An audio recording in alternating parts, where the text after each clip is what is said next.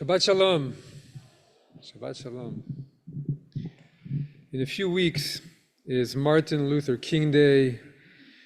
In thinking about the power of the civil rights movement, thinking about Rabbi Abraham Joshua Heschel, who marched with him, who prayed with his feet. So the hero of our parsha this morning is Joseph. Joseph, who reveals himself to his brothers, finally forgives them, brings them back. But not only Joseph, also Judah is a hero of our parsha. And it really begins with Judah. Two important figures that tell us about who we are as a people. And so Joseph is the favored one, as the musical, the one who receives the multicolored coat. And his life is full of so much of God's grace and watching over him and guidance and providence. And everything he does is part of God's purpose.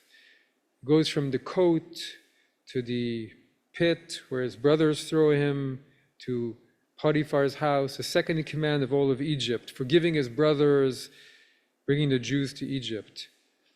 And Joseph is handsome and beloved like his mother, Rachel. But Judah's fate is more complicated. Judah is different.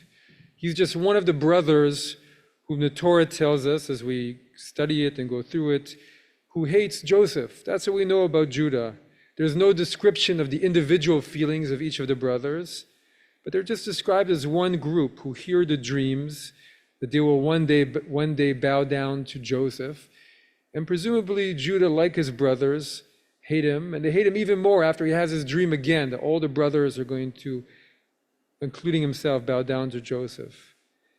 The brothers who await their time for revenge, for being best loved by their father, who hate him for being the chosen one, the good one.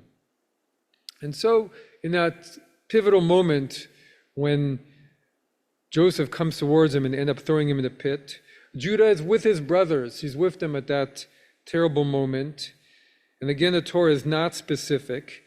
And they just say that they look to one another and they say, well, here comes the dreamer. And there's only one brother, the eldest, Reuben, who tries to save the situation, but can't do much, and then walks away. And then it says that all the others, including Judah, throw Joseph into a pit, and then they have a meal. The rabbis say a sign of their callousness, that they were just in lack of remorse. They thought that what they were doing was just. But then suddenly Judah comes into action, and he sees merchants approaching, and suddenly he tells his brothers, what do we gain by killing our brother and covering up his blood? Let's sell him to the Ishmaelites, because he is our brother, he's our own flesh. And his brothers actually listen to him. Even though he's the fourth born, Judah is not the firstborn, Reuben is the firstborn, Reuben's not there, and his two older brothers, Shimon and Levi, the hotheads who were avenged Dinah's rape, don't say anything, but they follow Judah.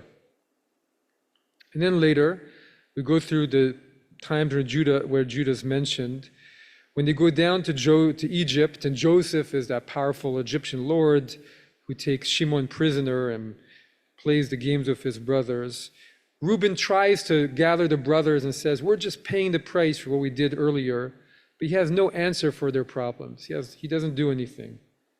And so they get tricked by Joseph. They go back to Canaan and try and convince their father that when the food again grows scarce, they have to take Benjamin down, his youngest and his dearest, down with them to Egypt. And he says no. But again, Judah comes up, and he has another powerful plan, and he turns to his father and he says, send the boy in my care and let us be on our way, that we may live and not die, you and we and our children. And so Judah's father, Jacob, listens to him. And the rabbis say that somehow, amidst all of these troubles, Judah had a sense of foresight that some good would come out of all of it, that their father, Jacob, would do better out of this, and that somehow the events, as difficult as they were, would lead him to resolution. And that takes us to the beginning of our parsha this week. right after the brothers have gone down to Egypt, and Joseph, who still seems set on extracting revenge from them, plants a goblet in one of their bags, and it's found, and he tells them, "You've stolen my golden goblet." And then suddenly Judah again comes up and he exclaims, "What can we say to my Lord? How can we plead? How can we prove our innocence? God has uncovered the crime of your servants. Here we are then, slaves of my Lord, the rest of us as much as he in whose possession the goblet was found." And so Rashi says, well, how could Judah say that he was responsible? They weren't responsible. Why was he admitting to their guilt? The evidence was obviously planted. And so Rashi says he was saying to his brothers, "We know that we have done no wrong, but it has been brought about by the Holy One, blessed be he, that this should come upon us. The creditor has found an opportunity to collect his debt," meaning for what happened all those years ago when they threw him in the pit. Because Judah could see the divine justice was happening. And then comes Judah's finest moment, the beginning of our parsha. And so he approaches Joseph, and this again, he's the leader that we see in all the other places. And he pleads with Joseph, tries to explain the whole situation, everything that happened, how their father is in turmoil and suffering, and Benjamin is the only son left of his beloved wife Rachel. And he explains himself, and he says, "Our father will die if you take Benjamin, if he does not return. Take me instead." And in this moment of leadership, this is the Midrash says that Judah was like a lion. He was coming up, courageous, going against every inner instinct he had, facing a much greater enemy. He was like a general facing a powerful adversary, a teller of truth, confronting injustice. And not just the injustice of what was happening, but also his own wrongs, what he did all this time before, trying to find a way to rectify it by sacrificing himself, trying to fight the destiny that he felt was in front of him. And this is an important passage, is often talked about in isolation, but we see it when we study these other moments, that this is Judah's character. Judah is a leader, and his brothers all listen to him. And he tries to do what is right with what he's got before him.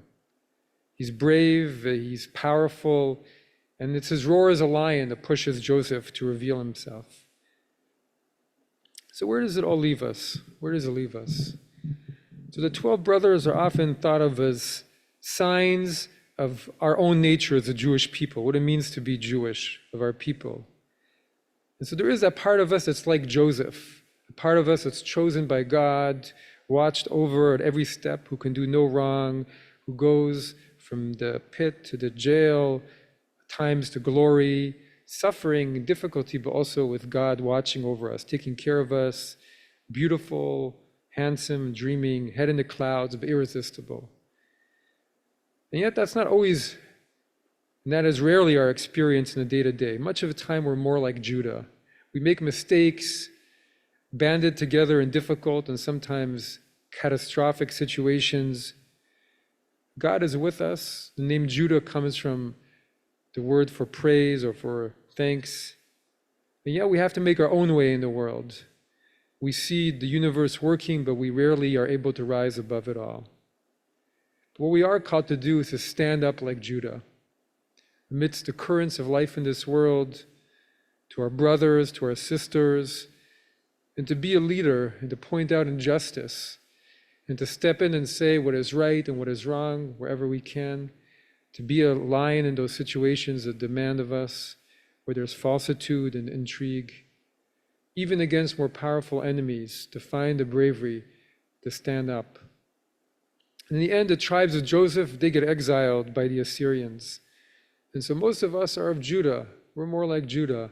That's our physical and spiritual descendants. We are Jews. That's where we come from Judah. And perhaps we can just end by saying that we still hold on to that ideal of Joseph, of working to incorporate into our life that closeness, that beauty, that spirit, that power. We do all we can, facing all that is wrong in our world, to be like Judah, to bring the light of Hanukkah, to bring the light of facing what must be changed, to bring blessing and truth into our world. Shabbat Shalom.